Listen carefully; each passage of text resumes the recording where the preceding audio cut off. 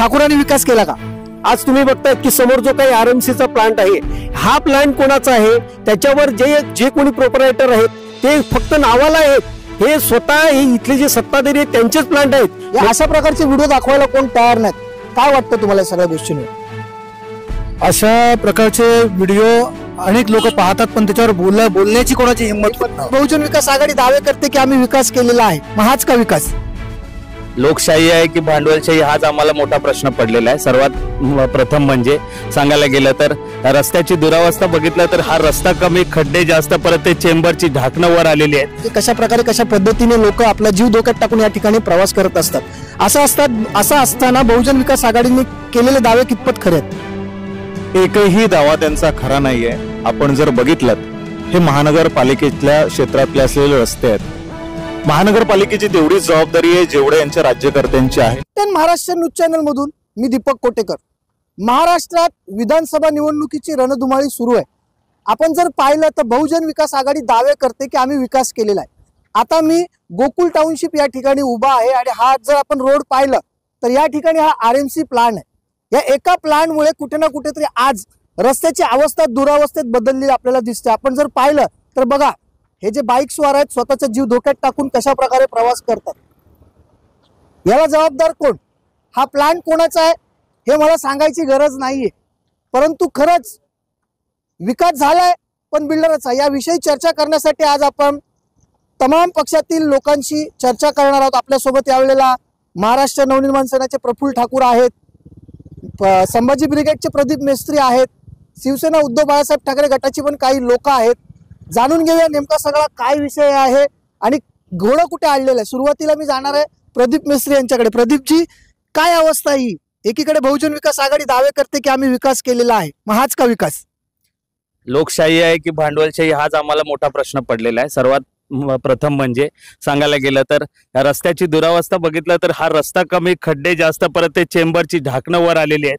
अशा परिस्थितीत किती मोठ्या प्रमाणावर अपघात घडू शकतात आणि घडलेले आहेत याची आपण माहिती घेतली तर फार मोठ्या प्रमाणावर परिणाम लोकांच्या जीवनावर झालेले आहेत. हीच का लोकशाही आहे का या इकडच्या राज्यकर्त्यांनी टिकवलेली आजपर्यंतची? हा आमचा सर्वात मोठा प्रश्न आहे. नक्की हा विकास आहे का? हा विकासाचा भकास केलेला आहे यांनी, हे आमच्या मनामध्ये अनेकदा विचार येतो. अशा पद्धतीचा विचार येतो. आज तुम्ही अवतीभोवती बघितलात तर सर्वत्र तुम्हाला विकासकांचा जाळा दिसेल. सर्वसामान्यासाठी कुठल्या सुविधा त्यांनी व्यवस्थितरित्या केलेल्या आहेत? आज इथे दोन्ही रस्त्याला बघाल ना तुम्ही तर गटारांची सुविधा पण नाहीये. आज या विभागामध्ये अनेक वर्षापासून पाणी साचतंय, पण यांचा मात्र विकास होतोय.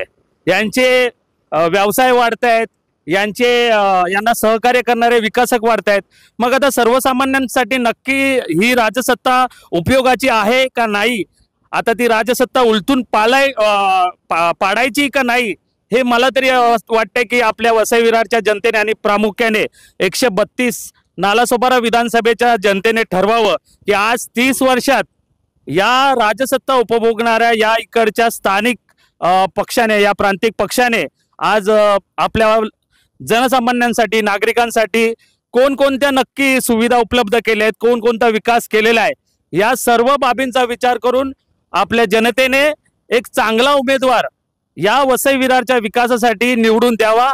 आपल्यासोबत यावेळेस शिवसेना उद्धव बाळासाहेब ठाकरे गटाचे पवार आहेत. पवार, तुम्ही एक तरुण आहात. आज आपण जर पाहिलं तर आज बघा म्हणजे कशा प्रकारे कशा पद्धतीने लोक आपला जीव धोक्यात टाकून या ठिकाणी प्रवास करत असतात. बहुजन विकास आघाडीने केलेले दावे कितपत खरे आहेत? एकही दावा त्यांचा खरा नाहीये. आपण जर बघितलं, हे महानगरपालिकेतल्या क्षेत्रातले असलेले रस्ते आहेत. महानगरपालिकेची तेवढीच जबाबदारी आहे जेवढे यांच्या राज्यकर्त्यांची आहे. इतके वर्ष इतके सत्ताधारी असणारे बहुजन विकास आघाडीचे जे काही ठेकेदार मंडळी आहेत, आता इकडे नवनव्या फॅक्टरीज काढलेल्या आहेत, काही वेगवेगळ्या पद्धतीचे उद्योग आहेत. इथे खरंच अवजड वाहनासाठी त्याची परवानगी आहे का, याची कोणी चौकशी केली आहे का? तर नाही. वसई विरार महानगरपालिकेमध्ये मला आठवत नाही की इकडे एखादा जॉगर्स पार्क असेल. अहो, हा संपूर्ण हा जॉगर्स पार्कच होता पूर्वी. हा जॉगर्स पार्क होता, पण त्याची अवस्था बघा. इथे रस्ता कमी, जॉगर्स पार्क कमी आणि खड्डेच जास्त, अवजड वाहनच जास्त आहेत. संपूर्ण रस्ता खचलेला आहे. रस्त्याच्या खालचे नाल्यांची झाकणं वर आलेली आहेत. इतक्या मोठ्या प्रमाणात इकडे अपघात होत आहेत. कसलाही विकास इथे झालेला नाही. विकासाच्या नावाखाली जनतेची केलेली लूट आहे आणि त्या लुटीचा फरक ह्या निवडणुकीमध्ये लोक यांना दाखवून देतील.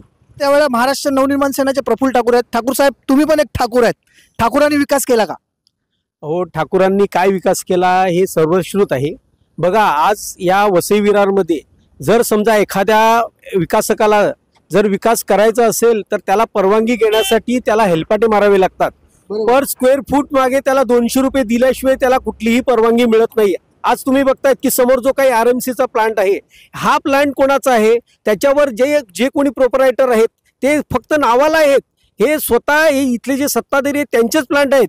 म्हणजे इथे ज्या वेळेला जे काही संकुलं बांधली जातात, जे कोणी बाहेरचे बिल्डर येतात, विकासक येतात, त्यांना सर्व मटेरियल म्हणजे मग दगड असो, विटा असो, रेती असो, माती असो, सिमेंट असो, लोखंड असो किंवा त्यांना पुरवणारे मजूर सुद्धा यांचेच असतात. हे सगळं म्हणजे इतक्या मोठ्या प्रमाणानं, प्रचंड प्रमाणामध्ये या लोकांनी जे काही या 35 वर्षामध्ये वसईचा विकासाच्या नावाखाली स्वतःची पोटं भरून घेतलेली आहेत. पोटं एवढी भरून घेतली आहेत की 1 पिढी नाही, 2 पिढी नाही तर 100 पिढ्यांचं यांनी कमवून ठेवलेलं आहे.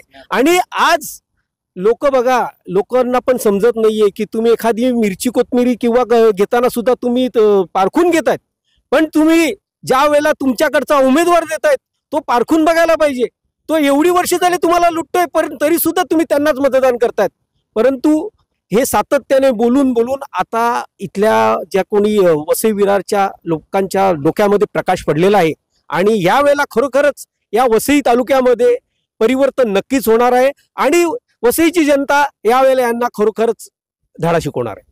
वसईमध्ये परिवर्तन होणं का गरजेचं आहे त्याचं एक उदाहरण आपण दाखवलेलं. आपल्यासोबत त्यावेळेला मनोहर कदम देखील आहेत. मनोहरजी, तुम्हाला काय वाटतं, ह्या प्रकारे या पद्धतीने आज वसई विरारमध्ये एकीकडे विकास दाखवला जातो परंतु या अशा प्रकारचे व्हिडिओ दाखवायला कोण तयार नाहीत?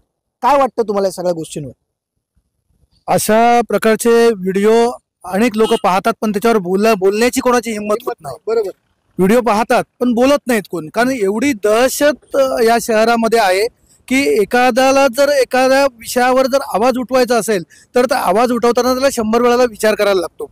आणि अशी परिस्थिती या ठिकाणी या शहरामध्ये, एक चांगलं ठुमदार शहर या ठिकाणी खरं म्हणजे व्हायला पाहिजे होतं. एक नवीन शहर या ठिकाणी वसलेलं आहे. मुंबईपासून अगदी जवळ असलेलं, मुंबईला लागून असलेलं हे उपशहर या ठिकाणी आहे आणि ते एक सुंदर असं व्हायला पाहिजे होतं.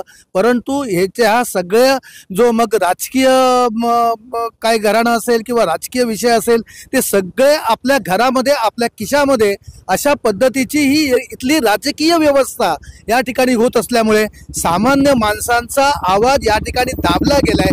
सामान्य माणूस या ठिकाणी भरडला गेलाय आणि त्यामुळे याच्यावर आवाज उठवताना आपल्याला दिसत नाही. मग पाऊस असेल त्यावेळेला जो पाणी असतं संपूर्ण वसई, म्हणजे मला वाटतं जवळजवळ 70% 75% वसई विरार पाण्याखाली गेलेला असतो. मग आपण करतो काय? ज्या वेळेला मगाशी आमचे मित्र सांगितलं या ठिकाणी की नाले जे आहेत ते नाले बुंजवलेले आहेत. नाले बुंजवून त्याच्यावर इमारती बांधलेल्या आहेत. पाणी जाणार कुठे? त्याची व्यवस्था काय करणार? त्याचा निचरा कसा होणार? ह्या सगळ्या गोष्टींना या ठिकाणी अस्तित्वात असलेली राजकीय शक्ती जी स्थानिक शक्ती आहे, आणि जर आपल्याला नाव घ्यायला काय आपल्याला हरकत नाही, बहुजन विकास आघाडीचं अनेक वर्षांचा राज्यकारभार या ठिकाणी कशा प्रकारे चाललेला आहे तो आपल्यासारख्या पत्रकारांनी या जनतेसमोर नेहमी सातत्याने तुम्ही जर उघडा केलात तर मला वाटतं ही दबलेली जनता केव्हा ना केव्हा तरी आपला आवाज उठवेल. आणि आमचे प्रफुल्ल ठाकूर साहेब यांनी सांगितलं की या 24च्या निवडणुकीमध्ये आपल्याला काहीतरी वेगळा बदल झालेला दिसेल. तो निश्चितपणे या निवडणुकीमध्ये आपल्याला बदल झालेला दिसेल. एकीकडे तुम्ही सांगताय की आम्ही विकास केलेला आहे, परंतु दुसरीकडे आपण जर पाहिलं तर खरंच तुम्ही विकास केलेला आहे, परंतु बिल्डरांचा विकास केलेला आहे. आपण जर पाहिलं तर या ठिकाणी लोकांना जे जायचं जो काही समस्या होते त्या कशा प्रकारे त्यांना जावं लागतं, खड्ड्यातून त्यांना प्रवास करावा लागतं. इतका चांगला हा रस्ता आहे परंतु या रस्त्याची अवस्था काय झालेली आहे, लोक कसा प्रवास करतात हे दाखवण्याचा एक प्रयत्न आपण करतोय. येत्या 20 तारखेला निवडणूक आहे.